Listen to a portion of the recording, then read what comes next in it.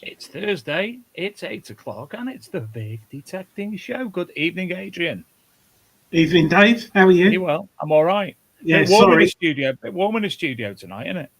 Yeah, I think it's because we've got Britain's Got Talent rehearsal after us. So they've upped I the bumped obvious. into, I nearly said a name then, but they're dead. Simon Cowell.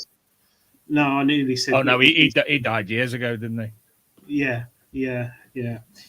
Sorry, I was a bit late tonight, so we haven't spoken. Sorry. We haven't, but puppy love and all that malarkey. Badger hell, yeah. Badger decided to go mental just before my wife got home. So have you renamed it officially now? It does look like a badger, and it acts like a badger because it attacks me a lot. But no, it's doing all right. But it's like having a child. Put the badger mask on him. I don't know where the badger mask has gone. Staple it to his. No, sorry, you can't do that. No, glue it. If anyone's wife wants another child, just get a puppy. It'll put you off. Hey, let's bring tonight. We've got a guest coming on briefly. Our main guest will be on shortly, but we've got a guest coming on briefly with some very exciting news, Adrian. Yes. Look at him. Look at him now with his cup. Let's get me cup ready. Look at him. Get me cup ready so everyone can see me cup. Mr. Gary Cook. Good evening, Mr. Cook. How are you? Hello. How are you doing? You all right, Gary? Marvelous. Yeah, fine. Let me just adjust myself because I want to try and make myself not look. I always look fat when I come on your show. It must be the cameras. That means you've got to stop coming on. Last time they say the camera adds £10. I reckon I must have about 15 cameras on me. Have you got your pajamas on tonight, Gary? Yeah. Yeah. My pajama bottoms I have, yeah. Yeah. No rummaging around tonight. My Homer pants, because I put on so much weight, I can't sit around in jeans or anything. Well, anyway, Gary, you've come on because you've got some. It was originally one bit of news, but it's now sort of like progressed to some even better news, hasn't it? Well, originally you were going to have me on for a bit just to talk about tickets going on sale for the rally and everything, which they have, and what we got planned and everything for this year. But if I got a couple of minutes, I can say that. But like me and Adrian have been, Adrian's been working ridiculously hard on getting the new online booking system up and running. He built the website, as you know, for us. Bless his heart. I love him to bits. And he's also taken the pressure off Lisa this year with some online booking system. And well, Adrian, what can we say really? Well, I think originally Gary was a bit concerned because he was worried people preferred to phone up, post a check, get a letter, fax or whatever. And it's your fault, really, Gary, and all the Rodney Cook team, because it's such a good event that it's done very well, hasn't it? I don't know if you want to say how many tickets you've sold in the last 48 hours. When we first set up, we did a pre-sale for anyone who came to previous rallies on our mailing list. So that went out, and when Adrian hit the enter button to go on sale, I think we did 50 tickets in under 2 minutes, I think.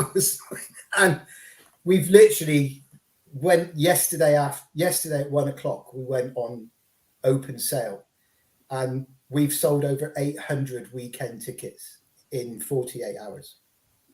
Fantastic. Which is just unbelievable.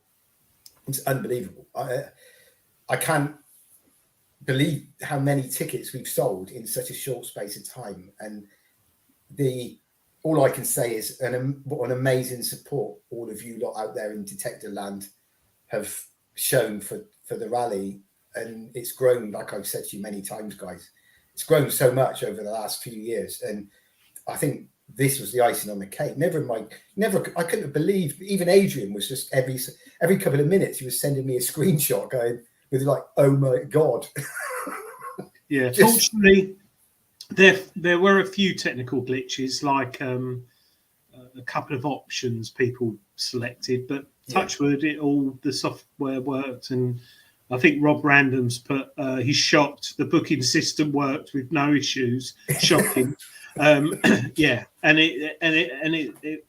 It's going to be a great event again this year, and the money, more importantly, goes to charity. Yeah. So where are we at then, Gary? You've sold X amount, and are there more becoming available? We've got at the moment roughly about 100 weekend tickets left to sell, and the way things are going, if me and you had a conversation this time tomorrow, we'd probably be saying we're sold out.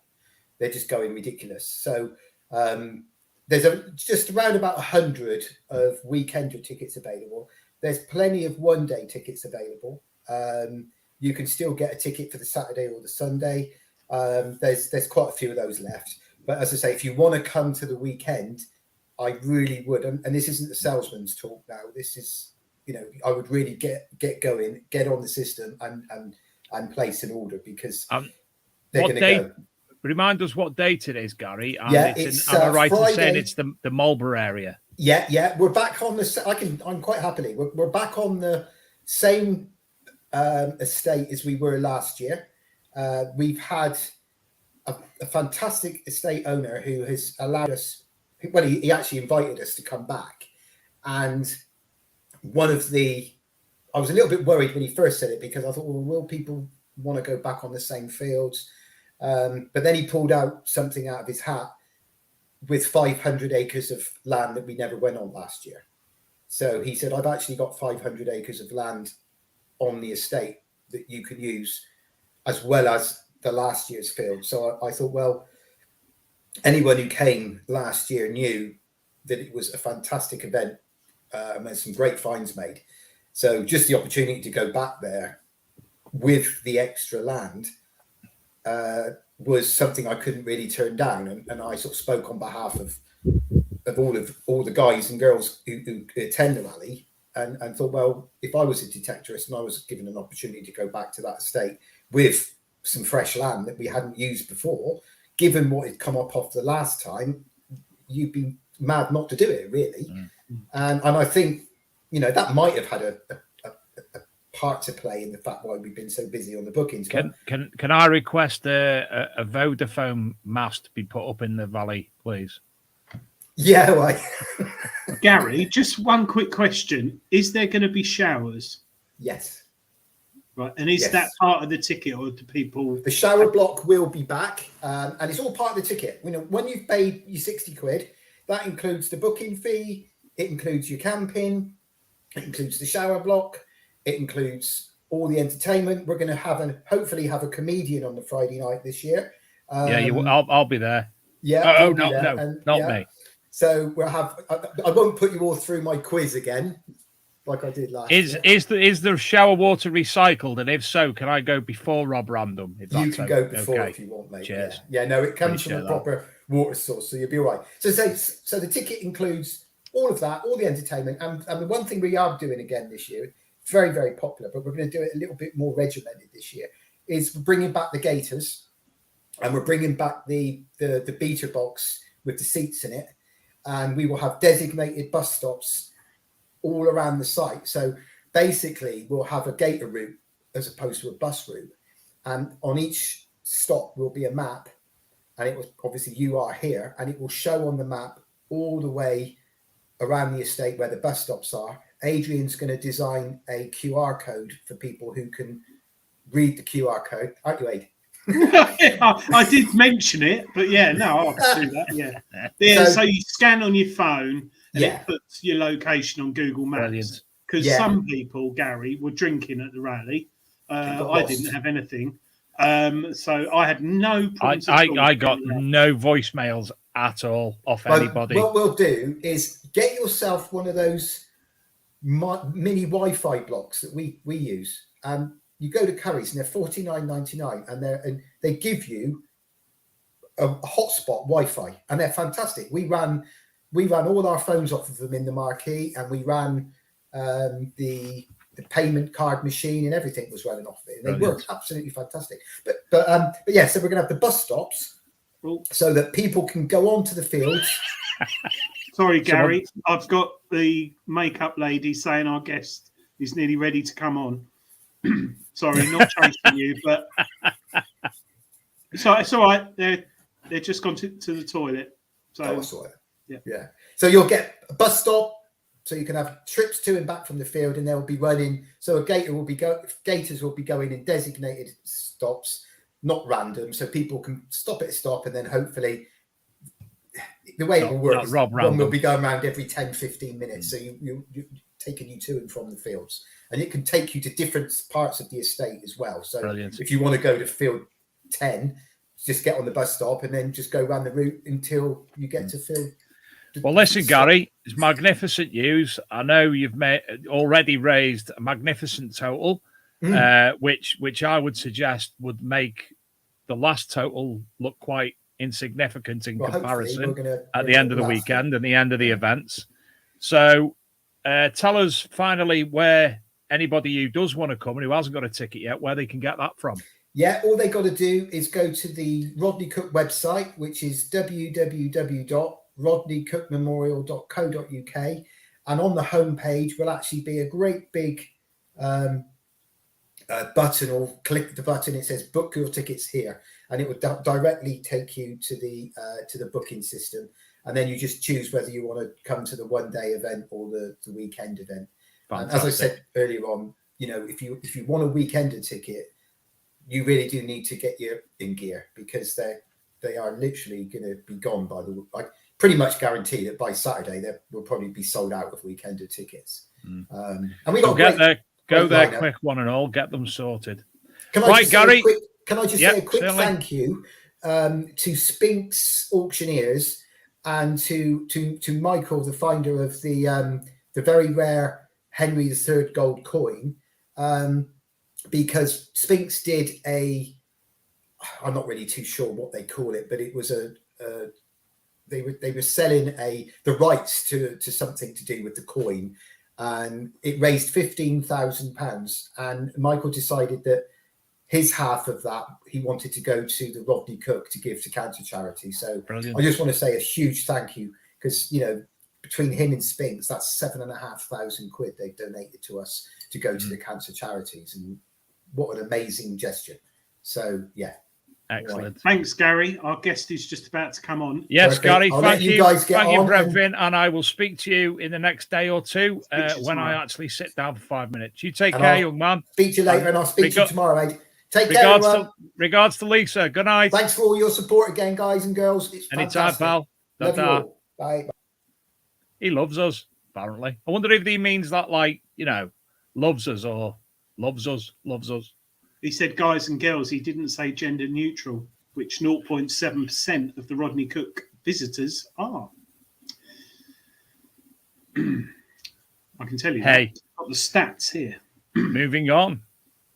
We've got a fantastic guest tonight. One you've been looking forward to. Well, I've been looking forward to speaking to him properly for years. And I've never got round to it. And I thought, I've got to ask Chris. I've not spoken to him in a while. Ask Chris. So, Doctor, we have a doctor.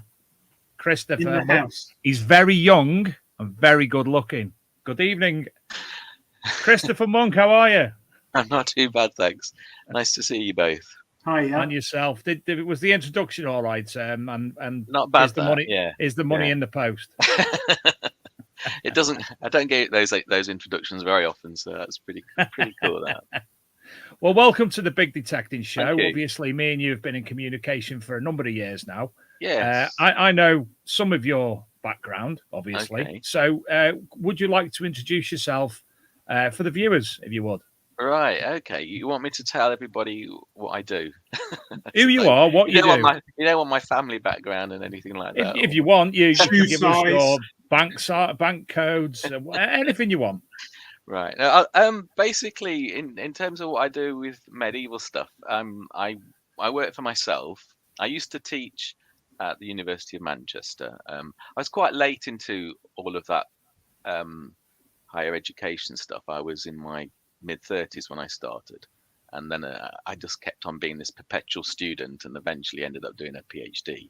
And then I lectured for a few years at the same university, partly while I was finishing off my PhD, and then carried on for a couple of years after that. And then I set up a business, which is a consultancy business. So I help people professionals in the heritage sector and what we now call creatives. So anyone from a TV producer down to a musician or a video creator. And if they're interested in developing some kind of story that has a medieval angle to it, then I'll help them with that. And I'll help them. Either I can help them immediately, or I'll do the research that's necessary. So that's kind of my job. But in terms of projects that I'm doing at the moment, I've become quite interested in food history, medieval food history. So I've been doing a lot of work on that. So maybe one or two of your audience might actually know me from that background, that I'm somebody that's into food history. And then the other stuff that I kind of do quite a lot of work on is related to work that I do at Rochester Cathedral. And that's mostly to do with a particular manuscript that they have there, which is a really important one, and it has a collection of pre-conquest laws in it. And so from over the last few years, on and off, I've been working for them as a consultant and helping them translate some of the texts and that kind of stuff. So that's me. Broadly speaking, you probably technically wouldn't call me a historian, because I didn't do my research in the history department. I did it in the English department. I'm really kind of a cross interdisciplinary kind of guy, that's what so I don't specialize in history, but I do work with historical texts. I tended to teach a lot of literary texts when I was at university, when I was teaching, but also stuff to do with some manuscript artwork as well. Narrative artwork is kind of what I'm known for doing. So the stuff that I've published has always had a visual element to it as well as a textual element to it. So that's what I'm known for doing. So I kind of mix it up a little bit. So you could call me a cultural historian if you wanted to label me, and you can call me a food historian, but I'm technically speaking not a normal, ordinary historian. So I just making it's okay. We don't label people. They label me and Adrian. Yeah. Normally in public toilets on the wall. Chris, what the food, the medieval food? Yeah. That to me is really interesting, and Good. more so to Dave, because especially if you got any cake recipes. But how did you suddenly? Because when I read about it on your website, which is the medieval. Hold on. I've got it all set up. I started reading into it, and I thought, I've never seen this before, and some of the dishes and stuff. And I thought, oh, what a great idea. How long have you been doing that? Or what made you suddenly think, I know what I'm going to do. I'm going to look into this.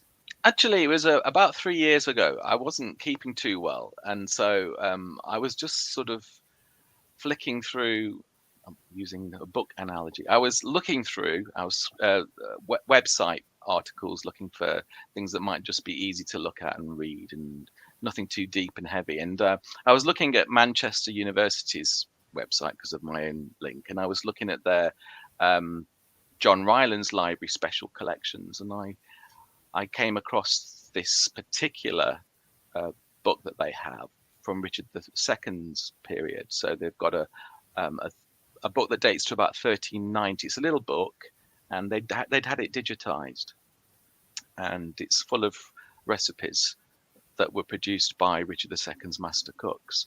And I was a bit surprised in some ways that I found it very easy to read straight from the manuscript, partly because I hadn't up to that point dealt with a lot of later manuscripts. I dealt more with early Anglo-Saxon manuscripts, so I found this quite engaging. I thought, I can tell what they're asking me to do and how to make things and stuff. So I thought, well, I've always had an interest in food, and I even have an O-level in cookery, so I can claim some kind of. I was going to ask that. Yeah, I can claim some kind of not really expertise, but some background. And I've since then I've always enjoyed cooking and baking, and I've been a bit experimental. And I thought, well, this is the perfect opportunity to perhaps gently get back into doing some work. And then my health improved, and I've been able to kind of focus more on it the last year or so. And so that's the link really comes from having a childhood interest in food and cooking, and then developing professionally with manuscripts and stuff like that. And so the two seem to just naturally come together in a way, really. Do you know, I was thinking about it today. It's a form of experimental archaeology. Bringing things, like recreating the standing stones, for instance. It's bringing that period of history back to modern day, and I'm sure you've been able to redefine the recipe to suit a modern day standard. I think what's interesting is, I'm somebody that in my short academic career, because it's not been that long that I've been doing this really, but I'm someone that's engaged with texts, and in my consultancy work translating texts. So that side of it kind of comes quite naturally. But when you take a closer look at these recipes, you realize how they're actually really difficult to interpret, because often the information's not that forthcoming, and there are no measurements, or you rarely get measurements in this period, the 14th century or the 15th century. And so you're having to interpret things, and you often find you get false friends with words. So you you think you know what something means, and then you find out it doesn't mean that, and you've got to do loads of extra research. And then there's the whole thing of, well, I don't just want to translate this, I want to do it, I want to try and cook these things. And that's when you start doing the experimental archaeology, if you want to put it like that, and you end up making loads of really terrible food initially, and then it gets better. I was going to ask that. Are there any dishes that sounded so bizarre and you thought, I don't know why I'm making this, and then when you've done it, actually it was nice? The one that comes to mind is a dish that's it's kind of well known amongst people that know a little bit about food history. So there's a dish called I can remember how to pronounce it now. Mormonnais. I mean, it's got lots of different spellings, and it's also related to a dish called blancmange or blancmange, which people have heard of, or some people have heard of. And obviously, we've got the word and the dish blancmange today, which is totally different. But these kind of dishes are they kind of derive historically from Arabic dishes, and they involved rice or ground rice and cooking that in some kind of stock, and then using ground chicken or ground capon, and then adding sugar as well. And the Arabic recipes are more specific about the quantities, and they're using a lot of sugar.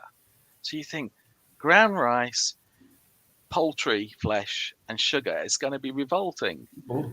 And one of it turned me. One of the recipes didn't have. They're quite similar recipes, and one of them didn't have the chicken in, and one of them did. And I thought I was only going to like, or perhaps tolerate, the one without the chicken. But actually, I preferred the one with the chicken. It was a weird thing coming across this mix of savoury and sweet, and actually, I really enjoyed it, and I much preferred the dish that had the chicken in it. So chicken and sugar do go together if they're combined with ground rice. Do you mind me asking, do you have a partner, Chris? I do, yeah. Do you have kids? No, I don't. No. I'd love to see their lunchbox. They don't get anything. Yeah, sort of. So those sort of dishes, do you still cook them now? Experiment with them? Yeah, I mean, I'm basically with the recipe side of it. I set up a different website, Monk's Modern Medieval Cuisine, and then I started doing a YouTube channel about just over a year ago, and there's about 12 or 13, 14 recipes on there that I've taken to the stage where I feel comfortable in putting them out there. and then on what I'm doing is it's not easy to fit it all into my schedule, but I am trying once a month to produce a new recipe. And sometimes, there I am, look, he's found me. And so at the moment, the next recipe is actually going to be gruel. So I'm going to do something on gruel, but it's posh gruel, because you have to bear in mind this is Richard II's household that the recipes are for. He doesn't necessarily eat all of them, but even gruel has saffron in it, that kind of thing. So I'm doing something that's called it's called gruel forced in the form of curry. This is the Richard's recipe, and then a bit later on there's another version of it called gruel enforced. So it literally means a sort of enforced or strengthened gruel, so that's what I'm going to be doing. And I am this time going to flip over into a fusion recipe. So I'm going to use the medieval recipe for doing the gruel, and then I'm going to do something that's a bit more modern to serve with it. But I'm going to try and not use ingredients in the modern one that you wouldn't find in the medieval period in England. So I'm going to be doing something I think is quite tasty. I have done an initial experiment, but it was a while ago, and I've been meaning to get this sort of like brought up to a level where it won't, induce vomiting. So. Wow, I've got exactly the same rolling pin as you have. There you go. I've got two of those actually. I've got I just like I'm just making me think. Kerry Fuller, one of our good friends, and she's the producer of the Lost Tapes of History. The first episode of season 1, I actually played a chef opposite Lambert Simnel. So that's that sort of time period, isn't it? So, you know, any of your things, I might have actually baked. I don't know. Possibly. Yeah. I mean, it's something that will, you know, I mean, I've got 194 recipes to work my way through, Wow. and in form of curry, and also I go outside of that because I do use some Anglo-Norman earlier recipes that go back, some of them to the 13th century. So, and then I'll move into the 15th century as well. I mean, one of the things I'm going to be posting an experimental recipe, as well as the YouTube channel. I'll do a blog now and again about an experiment that I'm working on, and this worked out really quite a simple dish to do.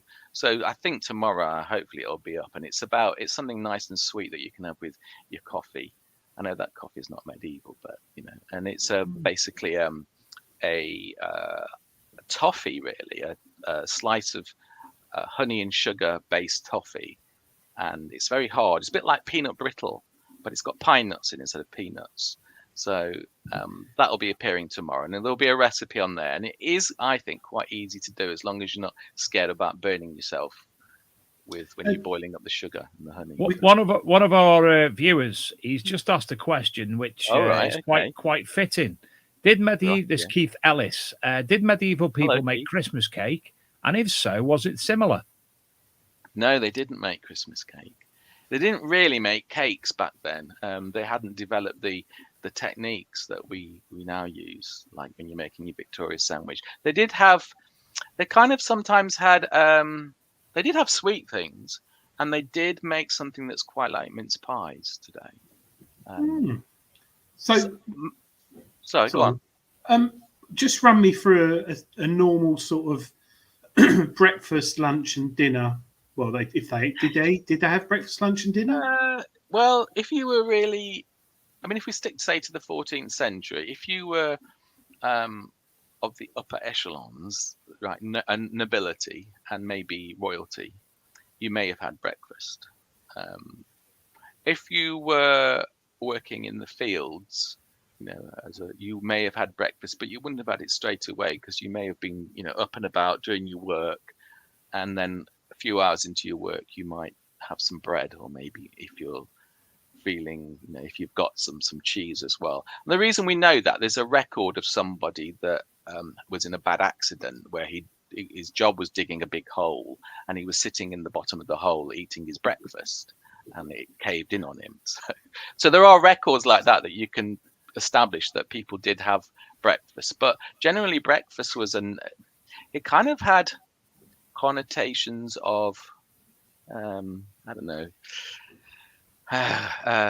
not quite licentiousness, but you were viewed as it could gain you a bad reputation if you wanted those niceties of breakfast, unless you were of the very upper classes, or perhaps if you were a child as well. And certainly in monasteries, there's a long-standing tradition in Benedictine monasteries of the young kids that were basically trainee monks being allowed to have bread and a drink, and they would call that, I'm trying to remember what the term is now.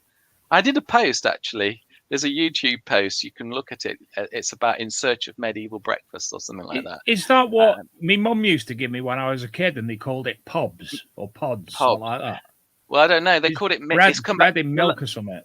Yeah, I mean, it seemed to be initially that all it was bread and a drink, and then it developed. So things like cheese might be added, and they seem to even at one stage eat eggs or eggs in a soup. And it would only be the young kiddies, the young children, so they're not full monks. And you could be as young as 7 when you're in a monastery. So wow. You know, they were allowed to have something, and also it was you know, one of the other things that perhaps is important to point out is that you can't really accurately map on our way of eating, you know, breakfast, lunch, dinner, onto the medieval period. So even though we say that people didn't have, generally speaking, wouldn't have had breakfast unless they're of, either young or maybe, I think King Richard's grandfather, Edward the Third, isn't it? Yeah, he there's some record of him taking into his employ a breakfast cook, a cook just for breakfast. So that's quite interesting. So he was into it. Was it Edward the Fourth? Edward the Third, isn't it? Am I right? No, it's Edward the Fourth. Was his dad Edward the? It's his great granddad. Oh, his grand. Right, where are we? So we're at Richard the Third. Richard the Second. Richard the Second. Oh, right, Richard the Second. Edward the Third was his father. Edward the Second was his grandfather. It says Edward the Second then. Sorry about that. Look at that. I think it was his grandfather that did it. So it'd be around about 1330s or something like that when he was 1307 to 1327. Right. So I think it's him. I might be wrong. It could have been his dad, but I think it's his grandfather that has. Oh, maybe it was his father. I'll have to go back and check. But the other thing I was going to say is that basically when you did have your main meal of the day, it seemed to fall in late morning anyway. So you probably only got to wait till 10 or 11 o'clock. But that's still quite a few hours if you started working, in whatever you're doing. Second breakfast for us hobbits. Yeah, it is. Yeah. Well, I suppose unlike today, we our phones and that wake us up for work at 7, half 6 in the morning. Then in the summer they'd get up at probably 5. The middle of the day, that mate. Yeah. Well, for you it is, Dave, for doing a real job. But it's interesting that the days were probably longer. So So and if you were if you worked in the kitchen, say in a big household, you'd be up pretty early as well. Just one thing, Chris, with all your ingredients, was there any that you had which was so bizarre when you bought them, or people looked at you weirdly, or you struggled getting? Was there anything sort of like pheasant's eyes or something like that? There's a lot of offal that appears in the menus, and so it was quite difficult getting hold of caul. I don't really know what caul is. It's like this kind of lacy membrane that goes around. I think it's around the stomach, and it's usually pig's caul that you get. And if you've ever eaten faggots, love them. Yeah, that they're wrapped in them, and then the fat almost dissolves on it. So it's like a fatty, lacy membrane, and it really keeps like meatball things really moist. And basically, there is a kind of faggot meatball recipe in Richard II's, and it requires you to wrap them in caul, and then these they sit inside a little pastry case, and then you pour an egg sauce in, and that's how. So where would you actually source that from?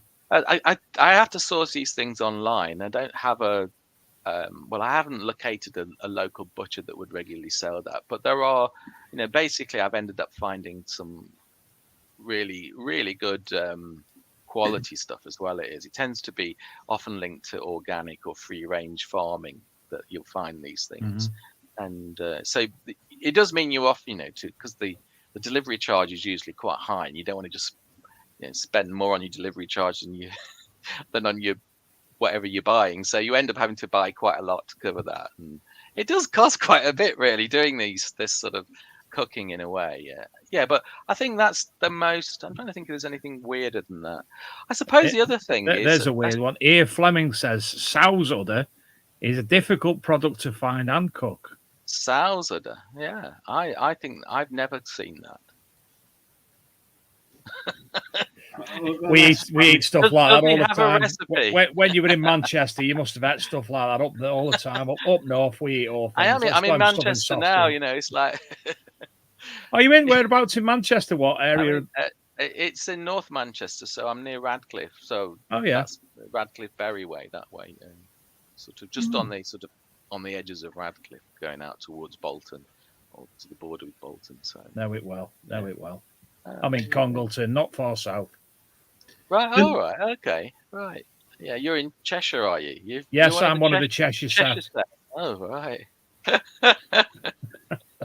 Nice Congleton. Yeah, it's lovely. Quaint, peculiar. I was going to say, another really difficult thing to get hold of that's not necessarily weird was a spice called cinnamon buds. I mean, everyone knows what cinnamon is, but cinnamon buds are used in medieval cuisine at this time, and they are from the same tree, and they look like cloves. If you know what cloves look like, Yeah. It's pretty hard to describe. But when you bite into them, they have a cinnamon flavor, but they're like little sweeties. They've got this really nice sweetness about them, and they grind them up and use them in various things. And I couldn't get hold of them in Britain, but I managed to get some from an Austrian supplier, and they're the best thing I've ever found. I think a really favorite thing of mine. Do you know there's a lot of people chatting in the chat room, just making things up, as you do. Like, where's that one? Did they eat hedgehogs? Pigeon stew and rabbit entrail kebabs and stuff like that. But pigeon stew, definitely. Yeah. Did medieval people eat hedgehogs?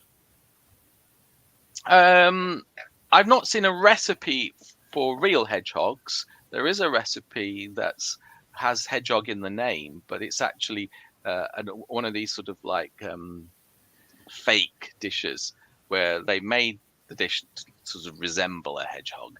So it's just basically minced pork with pastry spines in it. Right, well, yeah. And so what about the pork badger? will be... Sorry? Badger. I've not seen a recipe for that. I mean, I bet people did eat show these joke. That's a show joke. That Adrian scared the badgers. Right. There's a couple of others. Barn owls cooked in their own tears, grated puffin, seal crackling, barbecued pigeon breast in pucur. There you go. Well, I tell apparently you, there's quite a lot of meat in badger as well. If you think they're strange, there are recipes that have things like larks and blackbirds and all your little garden birds and storks and that kind of thing, herons, swans, obviously, that kind of stuff. So I mean, I think catching larks and eating those is pretty weird. Not quite the same as grated puffin, but yeah, it's almost up there. Going back to lark spit. No, what was that? What's the thing from Monty Python? Lark's vomit, isn't it? lark's vomit. Yeah, well, that sounds nice. The going back to hedgehogs, Romany used to eat hedgehogs. Travellers, and I've actually he's passed away now. I spoke to a guy who he was Italian, and his family used to eat hedgehogs. They used to kill them and then roll them in clay and then cook them in an open fire, and he said they were delicious. Really I just imagine it because all the spikes burn off. But yeah, he'd eaten seagull as well. You're giving him really bad ideas now. Some of his videos are just going to be a bit. Rob Random says 4 and 20 blackbirds baked in a pie. Dave's favourite. Well, actually, there is something a bit like that in Richard's cookery book. There is a pie which has, how does it say it in Middle English? I think it's smalaberdis. So it has little birds in it and small birdies. Yeah, and I think it's got a pork filling, and then they stick the birds. I think though it's an open pie, so you see the blackbirds or whatever, or your larks straight away. You don't have to take the pie off for them to fly out. And so they weren't one for aesthetics. Well, depends, doesn't it? My favourite one is Gareth Howard. Budgies tongues on little cocktail sticks at Christmas. It's just so bizarre. There's one. Yeah, go on, read that out, Adrian. The Catash Inn in North Cadbury had badger at Christmas in 1700s. Oh, there you go. But that's not medieval. But no, where was the Catash Inn then? Where's Cadbury? Okay, where's Cadbury? That's down in Birmingham. Birmingham way, isn't it? Yeah. Make chocolate there. Have you got the reference, please, Julie Darch? That's what I want to know. I want to know this is factual and not just. Yeah, because badger would be quite nice. I would have thought. A lot of meat. It's the size of a dog, isn't it? Cadbury's actually Yeovil. The Catash Inn. Okay. It's Somerset then. Yeah. We can talk about food all night. We could. But more importantly, just quickly, alcohol. Have you experimented with brewing mead or? I don't really like mead, to be honest. I've drank mead several times. It's it's not worth the effort. I've got several bottles. I love it. I know people keep buying it because I'm a medievalist. It's bad to like mead. Sorry, Paul and Di. I think you bought me the last one. Apologies, but I'll come up with some kind of recipe where it's used. Although I don't think there is a recipe with mead in.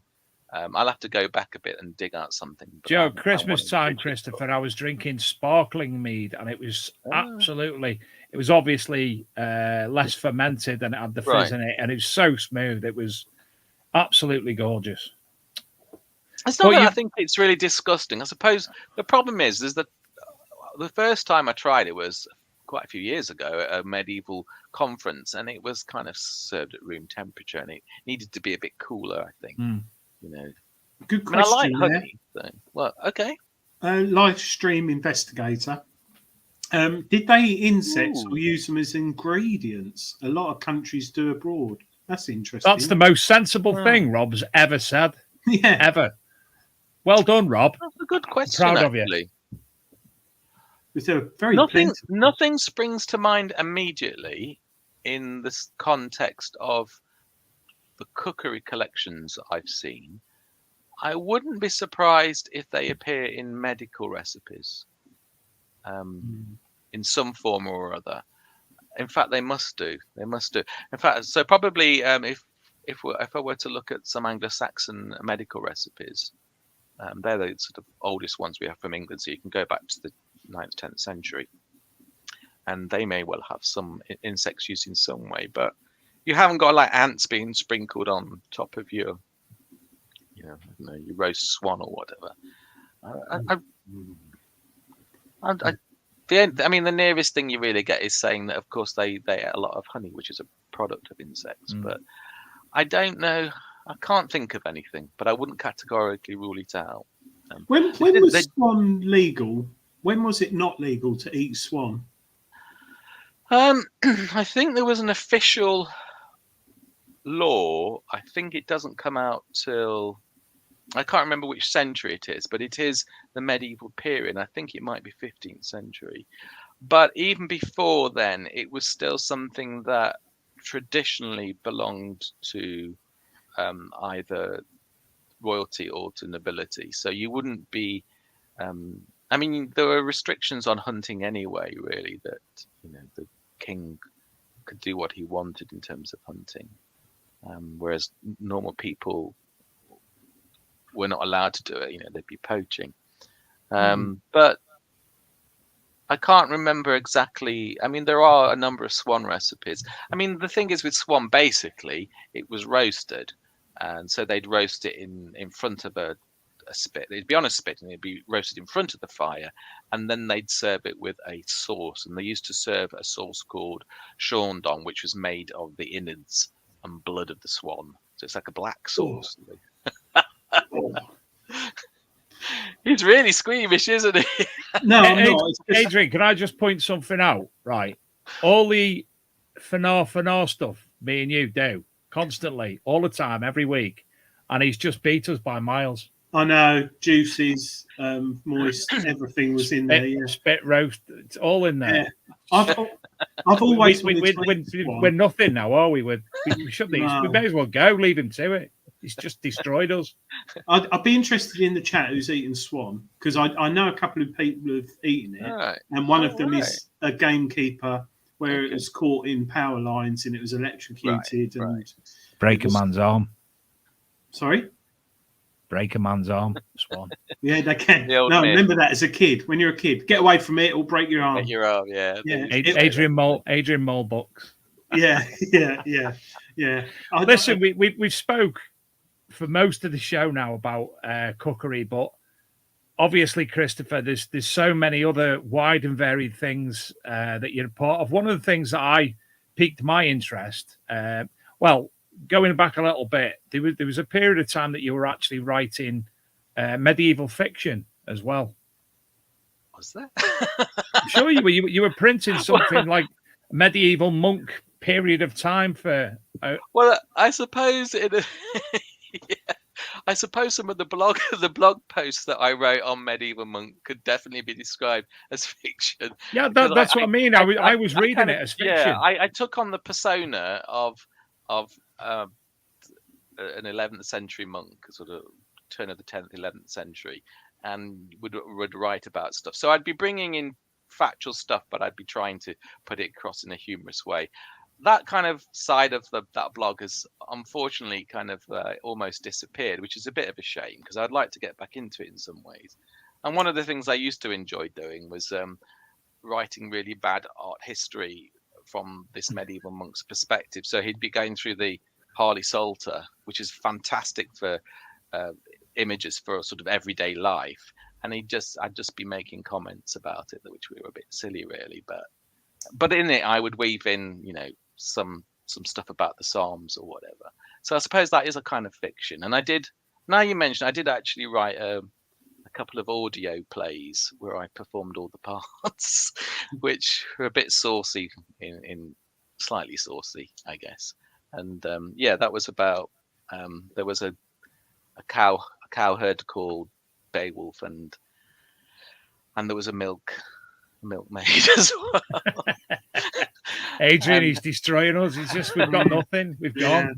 He's done saucy comedy. Yeah, and there was a priest as well. So so there was a priest and the premise of it was that the milkmaid felt that she had to do some penance, and so she was trying to explain what her sin was without actually saying it, and the priest was trying to find through his penance books, flicking through the pages, trying to find out, is it this, is it that? So he'd be going through everything, and I can't quite remember how it ends. It ends up with her vomiting, I think. So that was a sin as well. So one of your other specialist subjects, which I'm intrigued, is sex, marriage in the Middle Ages. Yeah, that's how I started, really.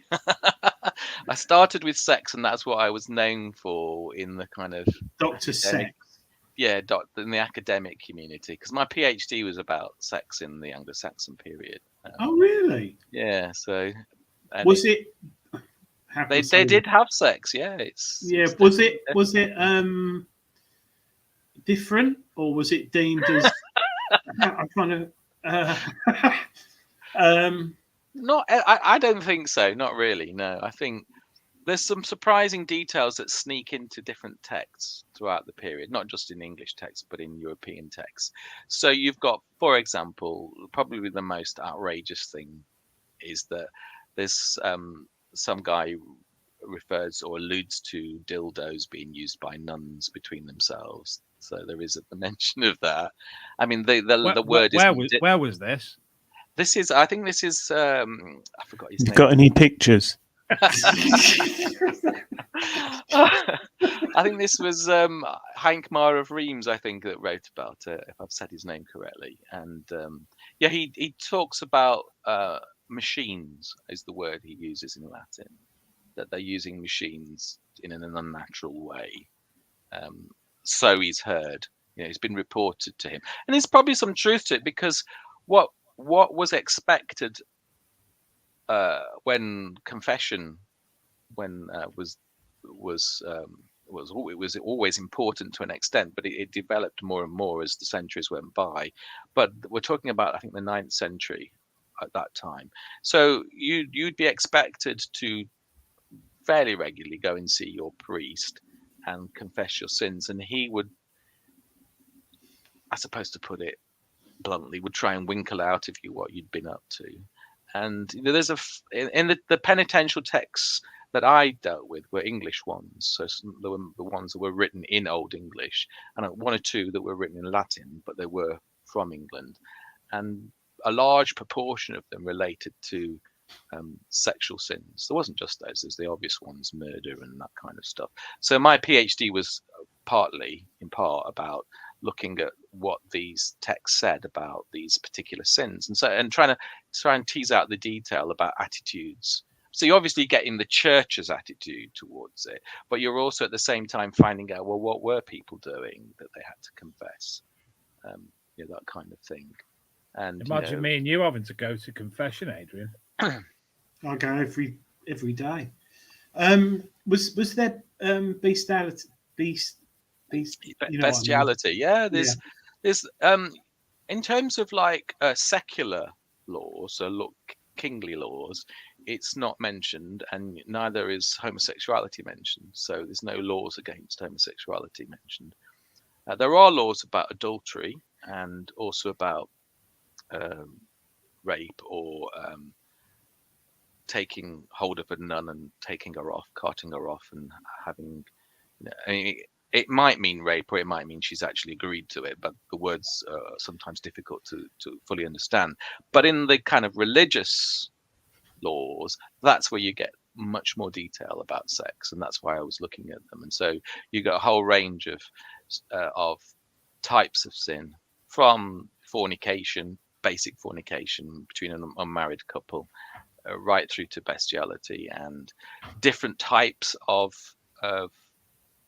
sex that was disapproved of. So oral sex and anal sex were disapproved of, and also obviously sex between men. And also, curiously, you get this introduction of a kind of, careful how I rephrase this, but a sort of type of person called a badling, who was viewed as kind of I suppose in modern terms we would say biologically male, but was living the life of potentially living the life of a different gender, or it wasn't the basic binary gender of male and female, and that so there's references to a badling having sex with another badling or with a man. So there's also the kind of condemnation of that, and that's quite unusual, and it is quite specific to these English penitential texts. So yeah, there's a whole range of it's very interesting. And a question I was interested in, Gareth Howard's asked, were the bestiality laws in Wales slightly more relaxed in medieval times? I shouldn't laugh. I should. I didn't look at Welsh ones. There wasn't a law. There still isn't. I'm trying to think whether they. It's kind of weird in a way, because the penitentials actually started in Ireland, and then the English took them up and developed them. So, mostly initially they were just for monasteries. That's how they were, for just regulating the monastic life. And then when you get into the English penitentials, it's for everybody. So it becomes broader. And the other thing, if you want to talk about, you did say, are there any pictures? Well, yes, there are pictures. There are medieval depictions or representations of sex in manuscripts from the early medieval period, so pre-conquest documents. So there's a Bible called the Old English Illustrated Hexateuch. So it's the first 6 books of the Old Testament, where there's always lots of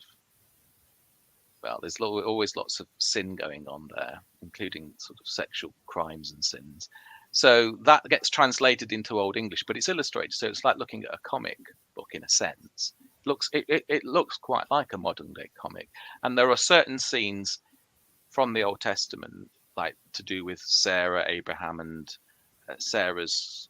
I don't know what you know about the Old Testament, but Sarah can't have children, so she hands over her handmaid and basically her slave to Abraham, so that Hagar, slave, can get pregnant, so that she in a sense becomes a surrogate mother for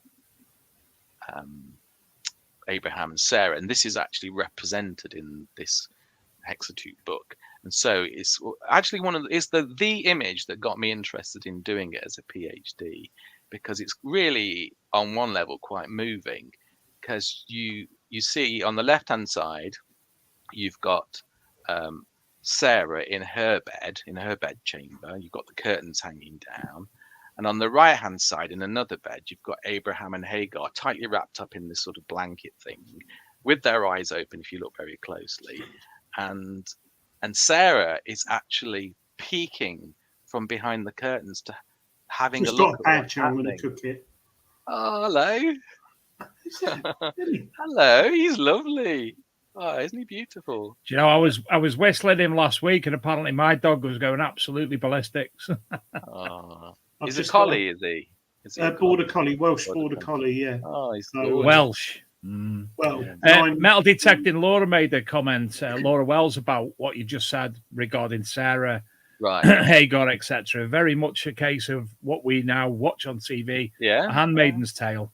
Well, it kind of that's kind of where it derives from. I haven't watched much of The Handmaid's Tale, though I did read the book a few years ago, and that's the part of the Old Testament I think that inspired the idea behind it, of putting somebody in your place. And obviously they take it quite literally, don't they, in the program and in the book. Just got to put it out for a wee. Sorry, I'll be back in a minute. Are you talking about the dog, mate? Yeah. Okay. So yes, she's absolutely right there. That's it's quite relevant then in that sense, and it was that image that made it kind of because I've always been somebody that responds to sort of learns visually and responds to visual imagery, and that's why I brought it into. I wanted to bring the visual side into the research, and that's all my stuff that I've published. Almost all of it's always got some element of visual media from the period, from the medieval period, and it was that one that got me thinking. Oh, there's this is something that needs to be brought out and discussed, and so there was lots of opportunities to do all sorts of things. Lot with his daughters, that's depicted him having sex with his daughters. There's nothing. It's not titillating, but it's there. It's not that particular example. Those particular examples are there. The only one that does get left out is the translator called Alfred wasn't very happy about the story of Sodom and Gomorrah. So he misses out the bit where the men of Sodom go and knock on or bang Lot's door down and demand, basically they want to gang rape him, essentially, really. So he misses it out. But the artist, he doesn't depict it, but when the Sodomites are shown, he codes their behavior. Oh, that was one of my arguments, and I did it in a book. I wrote a book about it, and so that's quite interesting in itself. That there's a kind of unspoken sin as well. The sin of sodomy is something that shouldn't be mentioned, kind of thing, but it is mentioned, and there are plenty of people that refer to it, and that's quite revealing as well. Because sometimes there was a famous book in the 20th century. I can't believe I've forgotten the title of it, but the author of that, I don't think he's alive anymore, made the claim that during the Anglo-Saxon period, the early medieval period, the attitudes towards misusing it sort of in a sort of out of period sense, but the attitude towards gay people was more lenient in the Anglo-Saxon period, and I just don't think it stands up to scrutiny. I don't think it's true. I think it was just as severe, or there was no acceptance of it, really. So that's quite interesting. Yeah. In your work, you've mentioned about translating things. How difficult is it to? I mean, working on the one you mentioned at Rochester Cathedral, how difficult is it to actually understand? And I mean, that's something. It completely. I couldn't begin to understand how difficult that is. I actually find it difficult. It's not. I think there are, different academics, different scholars have got different strengths, and there are people that, there are people that can have a conversation in Old English, or medieval Latin if they wanted to. Well, I'm not one of those scholars, but I can translate, I can read and understand.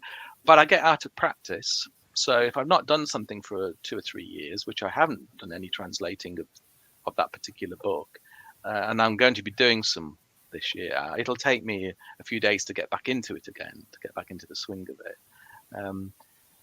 In terms of Old English, I don't know whether anyone it wasn't called Old English at the time. It's just what we call it now, because it's not a very adventurous term, but it used to be called Anglo-Saxon. Now it's called Old English.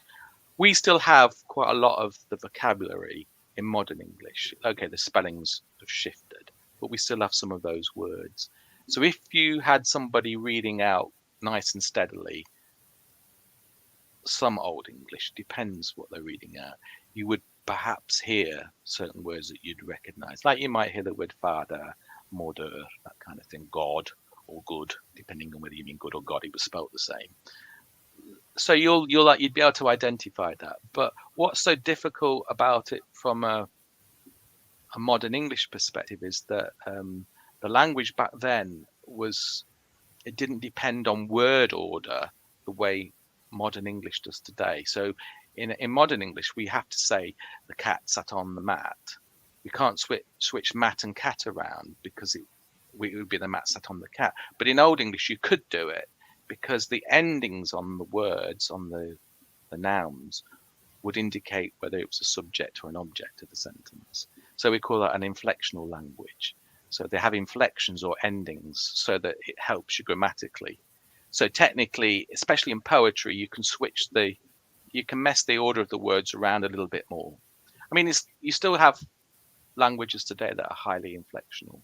I mean, Latin's even worse for that, or even more complex. And then I think Greek's probably, I don't know any Greek, but I think has even more inflection. So it is difficult, but you get in what happens with the stuff that I was translating, especially when you're translating laws or charters, you start to pick up all the formulaic language.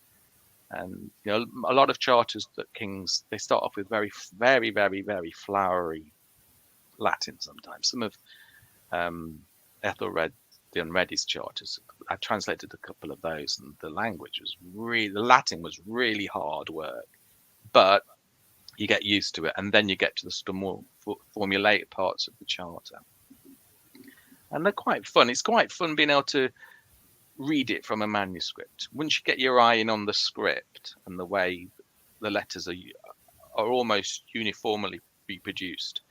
And if you're looking at the book that they have in Rochester, the Book of Rochester Texas References, most of the documents inside the book, they're like copies of older laws and so forth, they were reproduced by the same scribe. So it's just his hand that you're reading.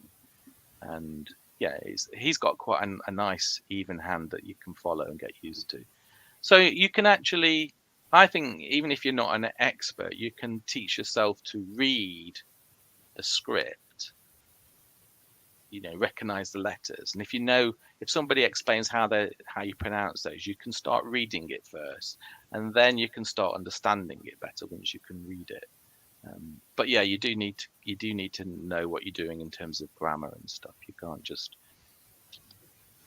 well, you can have a bash at it, but but once you get to understand how the grammar works, which we just kind of do naturally when you speak in your mother tongue, you think you don't know grammar, but you do. But when you're learning another language, you have to get to the bottom of it so that you can accurately translate it. Mm.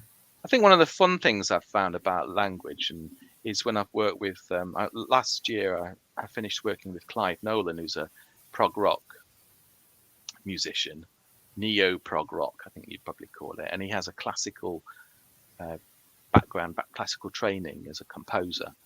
And he produced, he wanted to do this, well, he did. He went and produced this fabulous record, which was retelling the Beowulf story. Lots of monsters and Grendel and everything. And he had it as what he called a secular oratorio, which basically means he had people singing the main verses and he had a narrator, and then he had the choruses come in. And for the choruses, he wanted them all to be sung in Old English, in Anglo-Saxon. So he contacted me, and I had to translate his ideas into Old English lyrics, which was quite challenging, trying to get them to fit, because all the music was, and the rhythms and here we are. Look, yeah. Oh, cool. So there you go. And they are singing one of the songs, and so they're singing my words. I always find this it's quite a pleasure to look at them sing. I mean, it's quite hard to recognize the words, I think, in this song. You can't hear that when I play it, can you? No, I think if you turn your microphone off, will it? I've no idea. I wouldn't know how to. Can't never get me back. But if you go on to the medievalmonk.com onto projects and publications, you'll be able to see that. But I think it sounds nice anyway. It's fantastic. This is probably one of my favorite bits, and he put this out there as a sort of promo video, and basically all those people volunteered. It was right in the middle of the pandemic, so he couldn't get people to come he couldn't get singers to come in, so he got people to send in, record themselves, and he brought it all together and multiplied their voices as well. And none of them knew Old English, so I had to explain through Clive how the words were pronounced. So what I did was kind of like I didn't do proper phonetics because that's too confusing, but I recorded myself singing very badly the words, and then I spelled out each individual word, how it should be, what it should sound like phonetically, and they actually get it they're very accurate. They do get there. They're not messing it up at all. So I was really pleased about that. And that was done on when I was on holiday once in Florida. It's just bad timing in a sense. I'd have done it at home where I can do a better recording, but I was doing it on a holiday on my phone inside the bathroom. So there's me singing really badly and it's echoing, and somehow that translates into that lovely rousing chorus about the dragon in Beowulf. So it's really good. Your blog and stuff's quite interesting as well. I was reading that earlier. Oh, the games thing. Oh, I like that. Yeah, some guy made that for me. I've forgotten his name. He's really good. He makes medieval clothing, and it cost me quite a bit because most of it was handmade, and the material is authentic, and it's based on an authentic. It's based on a manuscript or several manuscript illustrations of what monks' costumes looked like in the 10th and 11th century. And did they wear pants? Yes, that's what the long trousers are really, and they may have bound them as well. But you can see them on some of the manuscript images. You can see the long pants that they're wearing, and then they wore a sort of under tunic, which would have been probably of linen, and then the woolen one on the top. But the thing about Anglo-Saxon monks is there's no evidence that they had a separate cowl. The hood was part of the outfit. That's what you always see in earlier manuscript illuminations and drawings. That's what you see, and then it switches later on, where they have this sort of separate hood that comes onto the shoulders. I'd love to put that on and put the washing out at early in the morning. Go for a walk down a local old church site. Yeah, just wander around at night. Yeah. Just actually, I had a great grandfather who was locked away. This is a long time back.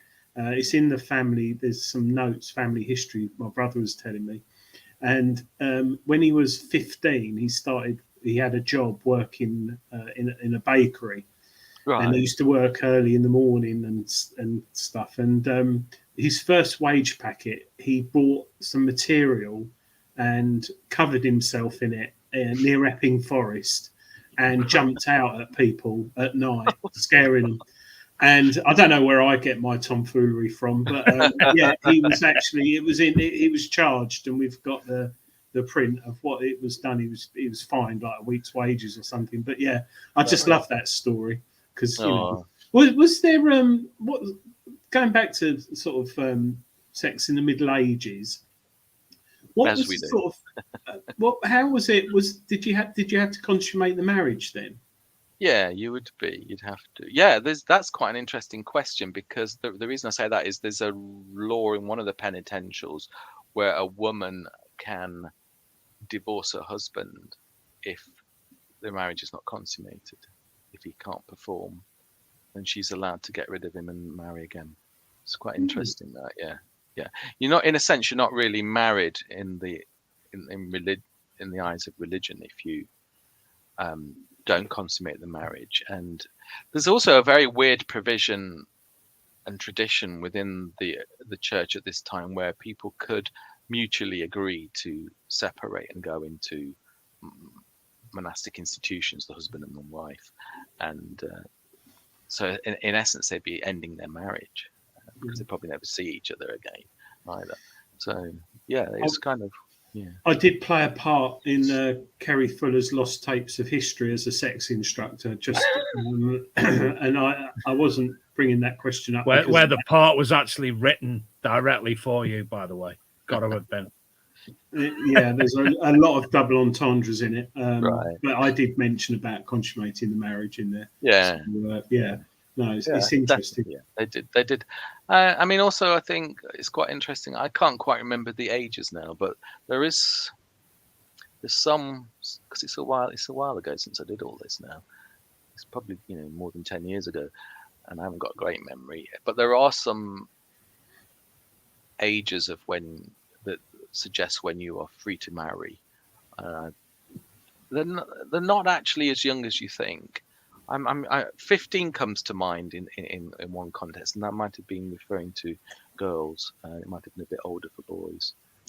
So, you get later on in the, like Richard II. His second marriage was to a girl that she was about 7 or 8 or something, but the marriage wasn't consummated. I don't think there's any indication that, and it was completely a political marriage, although there seemed to be kind of a fondness for her, like as if she was his daughter really.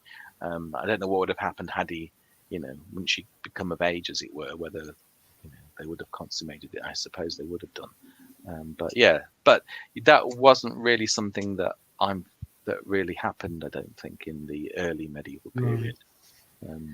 What was this sort of? What was deemed if a 50-year-old man married a 15-year-old? Was that deemed acceptable or unacceptable? There's no documentation to. That's quite a specific case, isn't it? Really, I can't think of anything obvious. Shouldn't have said that question really, because I'm 50. No, I can't. I don't. It's a bit hard to say really, because you've got laws and you've got religious laws, and then you have custom as well, and sometimes they intersect and there might be conflict, which you see, for example, in things like how a fair number of Anglo-Saxon kings end up practicing polygyny, where they've got 2 wives. And it wasn't really something that the church liked, but it kind of tolerated it to an extent, really. Although there's a secular law that one of Canute's laws refers to it, and I think, which is kind of ironic, because Canute did have 2 wives, and it was supposedly his law, but it was written by the Archbishop Wulfstan of York, and in there he I think it's quite explicit in forbidding polygyny, marrying 2 wives. This is the kind of thing that in the penitentiaries, you get this thing that you've got to put one of them away. It's one or the other, get on with it. But whether in practice, when it comes to custom and tradition, there's a long tradition of men having more than one wife in early medieval culture. So one thing I wanted to touch upon before we go, something that's attracted me to learn more. We know of Grendel being a medieval monster, and you mentioned on your website about medieval monsters. Tell us a little bit about that. Well, the first time I did anything to do with medieval monsters was to do with there's a text called The Wonders of the East. It's an Anglo-Saxon text written in Old English, and there's also a Latin version of it. But it derives from Greek texts, or the stories derive from Greece ultimately, and maybe even perhaps some of it back to India. And in the medieval English text, they're illustrated. So these texts have got drawings of all the monsters. And it's a story about, it's not really a proper narrative. It's about if you travel to this land or this island, you'll come across this wonder, as it were. And I suppose we tend to call them monsters. Whether they would necessarily use that word is, it's something I suppose we're putting onto it. But some of them are quite monstrous. Then others of them are just strange forms of human, really. And that's probably one of the first things I published, was an article in Anglo-Saxon England Journal. And I was actually still doing my PhD at the time, so I was quite pleased to get something published. And it was, I was basically explaining that the belief that they had back then was that all these kind of monstrous births, which they did believe in them, even if they didn't see them, because clearly these types of people didn't exist, or most of them didn't. and they felt it all came from Cain, as in Adam's son. So they referred to these people as the sort of offspring of Cain, and as a result of his sin. All these strange births appear, and so it's, in a sense, when people thought about these monsters and these monstrous human hybrids, as it were, they're kind of seeing themselves as well. That was loosely speaking what I was trying to say. That when medieval people engaged with an image, they probably engaged with it far more intimately than we would. Something, we're so saturated with so much imagery, and so pictures or drawings can sometimes seem quite flat and boring. But to a medieval person, they would be engaging with that monster, and so they're almost stepping into the picture, and the monster's coming out to them. And there is even an image of a particular monster that's got its face in its chest. He's got no head, and he's gripping the frame of the drawing and about to step out of the page. And so there's this, I was trying to say that there's this kind of awareness and fear that really, as humans, monsters, we're not that different really. We all come from the same, we all go back to the same origin. And that was a belief that they held. And I think definitely they did, they did. I think there is another text called Liber Monstrorum, which suggests that some of the monsters are just too ridiculous to believe in, but not all of them came in that category. And also they ended up sticking I think it's the very first monster, as it were, is actually a I suppose what we would call today perhaps a transgendered person, we could say. And that's, they label that as the first monster, and that this is quite common, it's been experienced. So monster / wonder, but not it's, the context isn't very good. They're kind of saying that they're sort of being deceptive, living their life as as the opposite of what they are. So it's quite interesting how the attitude that was there. Before we go, Dave, we must mention Chris's website and YouTube channel. And You certainly should. yeah, just in case, because There's website at the bottom of the screen anyway. Yeah, so I've got the Medieval Monk, right? That's my one that goes back quite a few years, and then the newer one is Monk's Modern Medieval Cuisine, and that does all the stuff on the food. Monk's Modern Medieval Cuisine, and that's what the YouTube channel's called as well, Monk's Modern Medieval Cuisine. Can you recommend any dishes? Oh, that looks nice. Salmon and fig. Oh, now that sounds nice. Oh, you've got chicken in spiced parsley. Yeah, that's very nice. There's quite a few things that, some of these are not that easy to do. There's some technical skill required, but some of them are straightforward. So you've got one there, pears in ginger syrup, which is, we still make a version of that today, though we tend to use cinnamon now. But so that goes back, a long way. And that one there, which says medieval Christmas pastries, that's I'm arguing is the oldest forerunner to the mince pie. These little square things.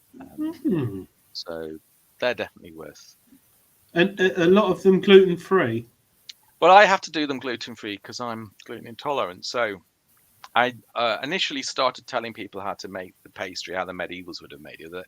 But most of the time they didn't make gluten-free pastry. Having said that, there is one there, that little one there with the pine nuts, the pine nut tarts. That actually is the medieval recipe's gluten-free because they use chestnut flour to make the pastry. I actually halved it with, did a 50-50 with rice flour because I found chestnut flour pastry very heavy, a bit too cardboardy, but it worked with half. I mean, rice flour is a medieval ingredient, so I thought I'll use half. And are some of these easy to do for a complete novice? Are some of them quite easy? None of them are really difficult. Some of them are quite long recipes. I think probably the pears is very easy. There's the breakfast one. I don't think that looks more difficult than it is, but it's not. The one that's kind of stripy, green and gold coloured. It's a curd that's fried. I think that's good fun. If you want to make curds, which is basically simple cheese, and then you fry it, that's quite good. I'm very much attracted to the medieval cheesecake tart. That's nice. Yeah, very nice. It is good. Yeah, that's. I mean, if you don't have to make the medieval pastry, and in that I just do a modern gluten-free short crust. I mean, the thing is about medieval pastry, to put it bluntly, most of it was rubbish. They didn't know, they couldn't make a decent pastry because they hadn't discovered that butter is what you should put in pastry, or butter and lard. So for a long time, they weren't putting fats into pastry, other than sometimes they would occasionally make pastry with egg yolks or whole eggs, and that's half decent, that pastry. But their basic pastry, which is flour and water, is pretty much, it's pretty cardboardy. And then as the centuries go by, they discovered that butter works and everything. So what I do when I'm making my pastries is I'll point it out. Look, I'm going to use a modern pastry. Excuse me, because I like to eat the whole thing. I don't want to chuck the pastry away, which sometimes they didn't. Probably in elite circles, they didn't necessarily eat the pastry. It was just used to cook the filling, and then or to enclose something like a piece of venison, and then they'd take the pastry away and they'd eat the venison. But sometimes they were meant to eat the pastry, some of the nicer egg pastries and things like that. But yeah, that's a nice one, the cheesecake. And if you don't like the idea of using elderflowers, which you can't anyway, I suggest that I do offer some cheats here and there. So I say just use some elderflower liqueur, some elderflower booze instead. And that actually boosts the elderflower taste anyway. So yeah. And hopefully this year I'm going to be trying to do sort of one a month on a video, and then I'll be doing other recipes on the blog as well. And yeah, so you should see in a couple of weeks my posh gruel that's coming up.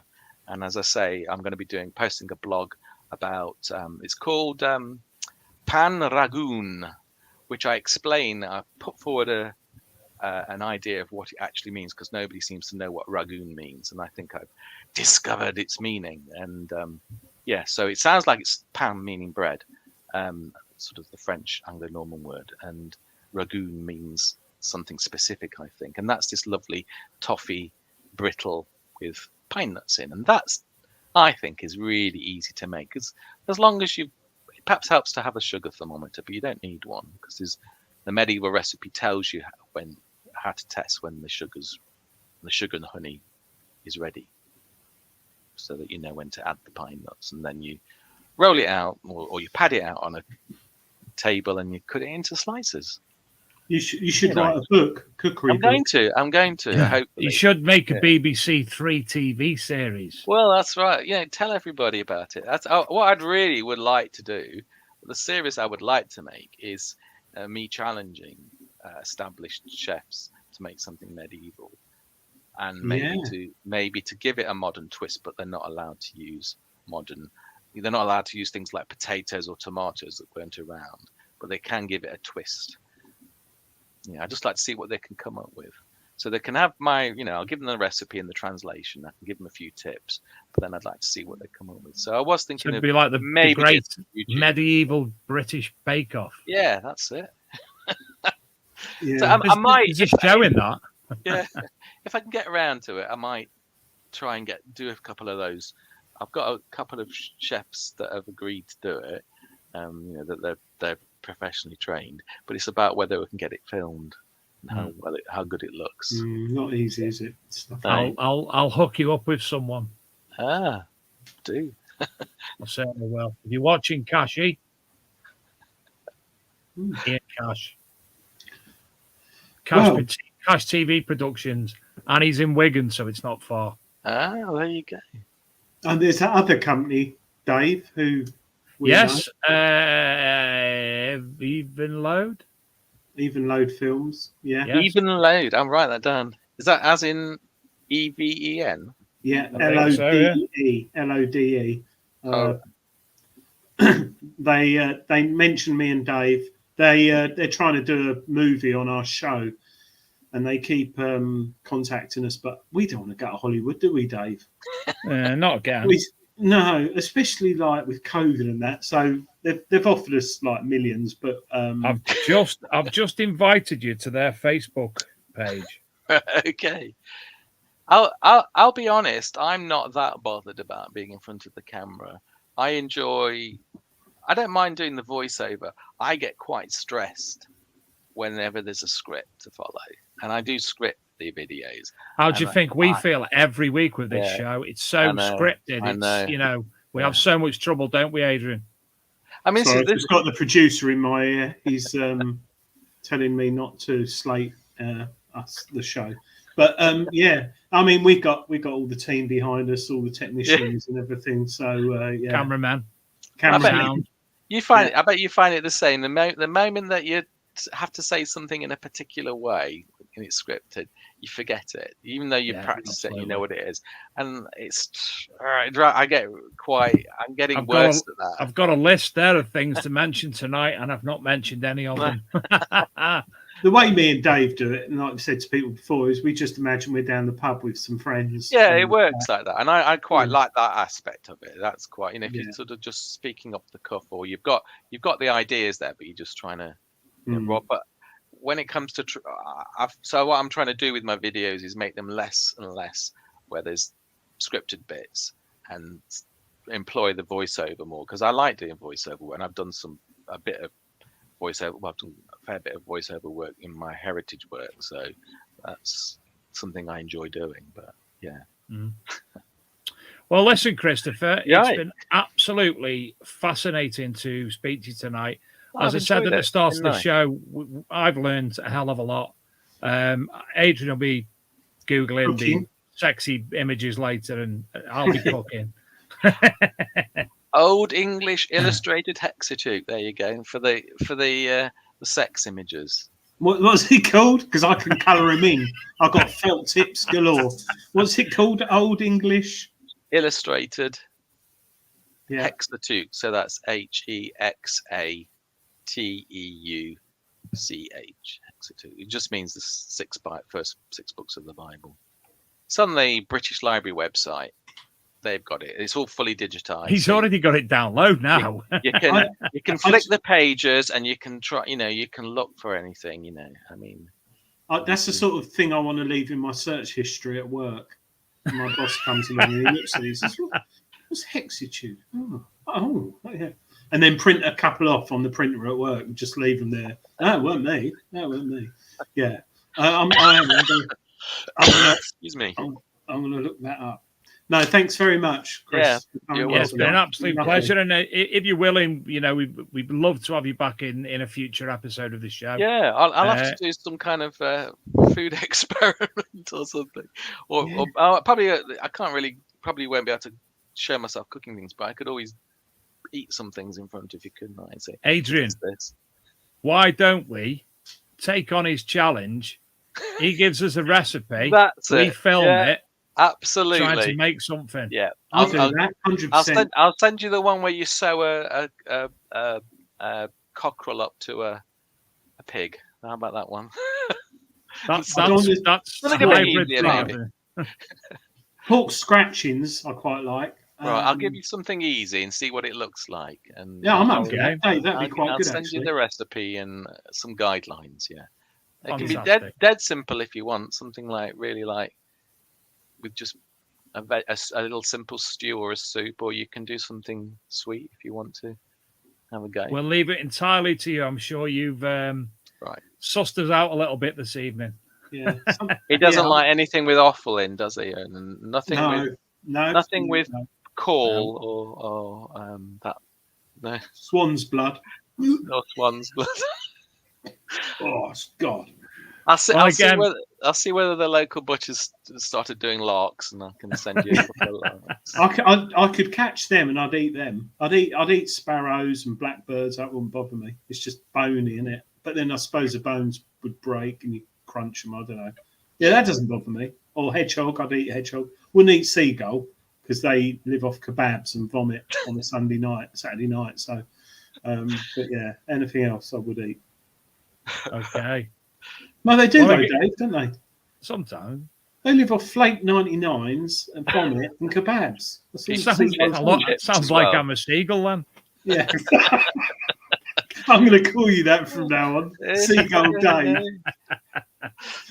Right. Christopher, again, thank you very much for joining us tonight on behalf of all the viewers, the listeners on the podcast version. Yeah, lovely. And myself and Adrian. Don't forget, get yourself along to the medievalmonk.com or visit his, I've lost it now. I had it up and I've Monk's lost Modern Medieval Cuisine. Monk's Medieval Cuisine. Modern Medieval Cuisine. Modern Medieval Cuisine. So get yourself over there to, as I say, this. I'll be watching them. I've watched quite a few before, but there's some I haven't. So. Right, we'll be back next week. Adrian, the guest of next week is, I can't pronounce his name.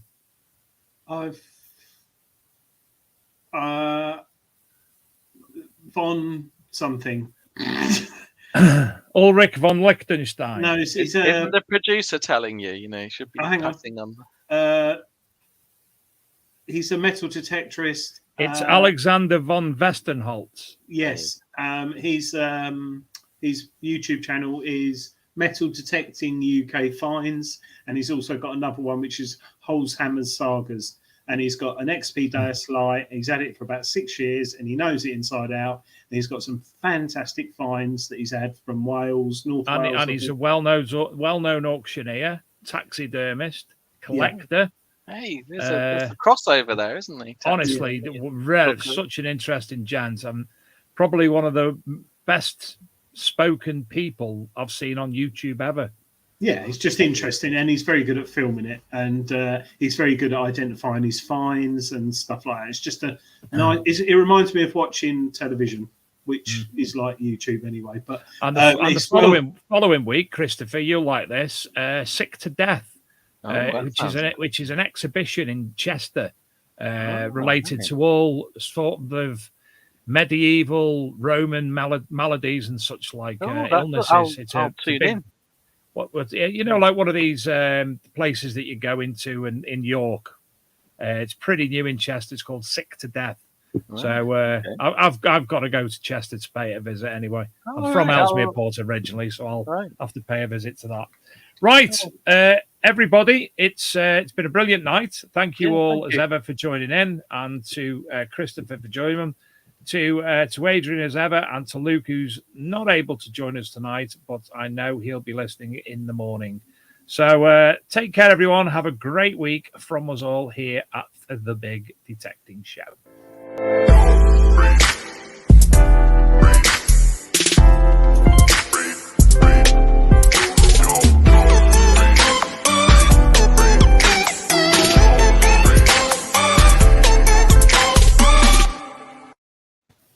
Seagull. Roger.